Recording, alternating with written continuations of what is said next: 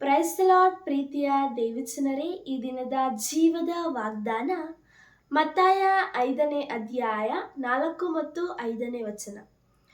ದುಃಖ ಪಡುವವರು ಧನ್ಯರು, ಅವರು ಸಮಾಧಾನ ಹೊಂದುವರು. ಶಾಂತರು ಧನ್ಯರು, ಅವರು ಭೂಮಿಗೆ ಬಾಧ್ಯರಾಗುವರು. Matthew chapter 5 verses 4 and 5. Happy are those who mourn, God will comfort them. Happy are those who are humble, they will receive what God has promised. ಪ್ರಾರ್ಥನೆ ಮಾಡಿಕೊಳ್ಳೋಣ. ಪ್ರೀತಿಯುಳ್ಳ ದೇವರೇ, ನಿಮಗೆ ಸ್ತೋತ್ರ ಕರ್ತನೆ. ಅಪ್ಪ ದೇವರೇ, ಈ ಸಮಯದಲ್ಲಿ ಈ ವಾಕ್ಯ ಭಾಗಗಳನ್ನು ಅನುಗ್ರಹಿಸಿದಕ್ಕಾಗಿ ಸ್ತೋತ್ರ ಕರ್ತನೆ. ಈ ವಾಕ್ಯ ಭಾಗಗಳನ್ನು ಕೇಳಿದಂಥ ಎಲ್ಲ ದೇವ ಮಕ್ಕಳನ್ನು ಆಶೀರ್ವದಿಸಬೇಕೆಂದು ಯೇಸುವಿನ ದಿವ್ಯನಾಮದಲ್ಲಿ ಬೇಡಿದ್ದೇನೆ ತಂದೆ, ಆಮೇನ್. God bless you. Praise the Lord.